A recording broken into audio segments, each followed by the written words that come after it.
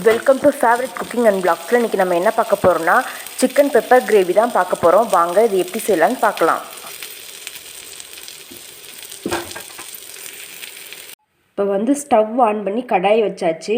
இப்போ நம்ம வறுக்க வேண்டிய மசாலா எல்லாம் வறுத்துக்கலாம். இப்போ 2 டேபிள் ஸ்பூன் மிளகு சேர்த்துக்கிறேன். 1 ஸ்பூன் சோம்பு சேர்த்துக்கிறேன். 1 ஸ்பூன் சீரகம். இதை நம்ம நல்லா வறுத்துக்கலாம், நல்லா வாசம் வர வரைக்கும். நான் எண்ணெய் எதுவுமே சேர்க்கலை, எண்ணெய் எதுவும் சேர்க்காம தான் நம்ம வறுக்கிறோம்.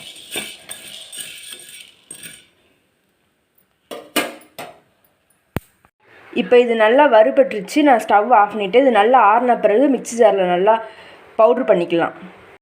இப்போ கடாய் வச்சு கடாயில் 2 டேபிள் ஸ்பூன் எண்ணெய் விட்டுருக்கேன். இப்போ ஒரு பட்டை, கிராம்பு 1, கல்பாசி 1 சேர்த்துருக்கேன் தாளிக்க. நான் நல்லெண்ணெய் சேர்த்துருக்கேன். இப்போ 10லேருந்து 15 சின்ன வெங்காயம் தட்டி வச்சுருக்கேன், இதில் சேர்த்துக்கலாம்.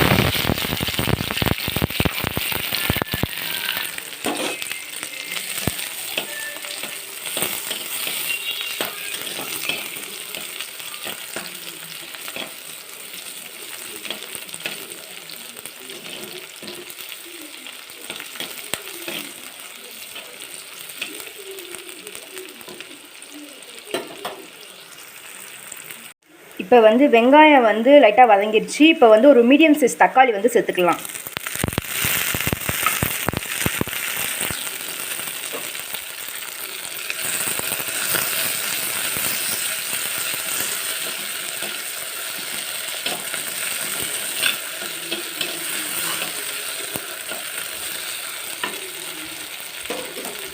இஞ்சி பூண்டு பேஸ்ட் 1 டேபிள் ஸ்பூன் சேர்த்துக்கலாம்.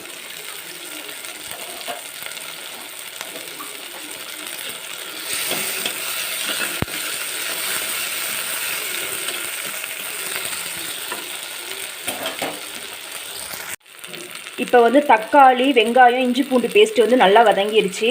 இப்போ நான் க்ளீன் பண்ணி வச்சுருக்கிற சிக்கனை இதில் சேர்த்துக்கலாம்.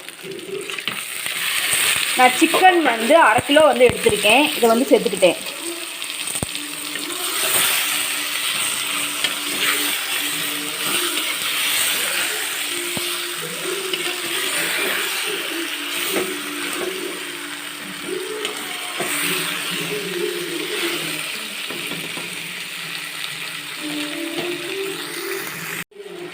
இப்போ 1/4 ஸ்பூன் மஞ்சள் சேர்த்துக்கிறேன்.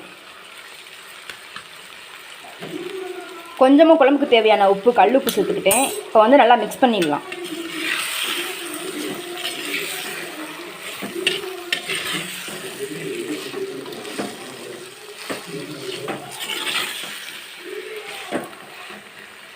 சிக்கன் நல்லா வதங்கட்டும். இப்போ சிக்கன் பாதி வெந்துருச்சு. இப்போ நம்ம அரைச்ச மசாலா சேர்த்துக்கலாம். மிக்ஸி ஜாரில் அரைச்ச மசாலா, மிளகு, சீரகம், சோம்பு சேர்த்து வறுத்து அரைச்சதை நான் அதில் சேர்த்துக்கிட்டேன். இப்போ நல்லா மிக்ஸ் பண்ணிக்கலாம்.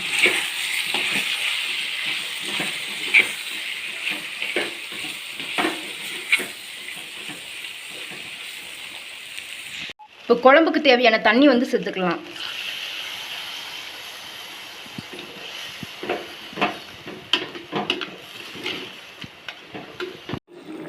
இப்போ 1/2 ஸ்பூன் மல்லித்தூள் சேர்த்துக்கலாம்.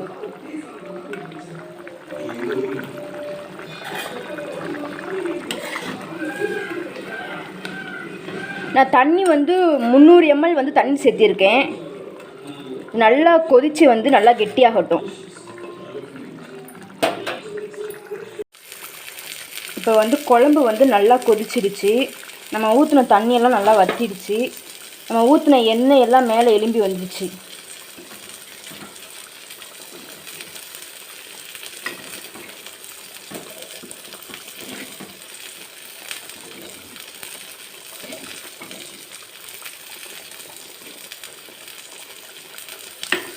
இப்போ கிரேவி ரெடி.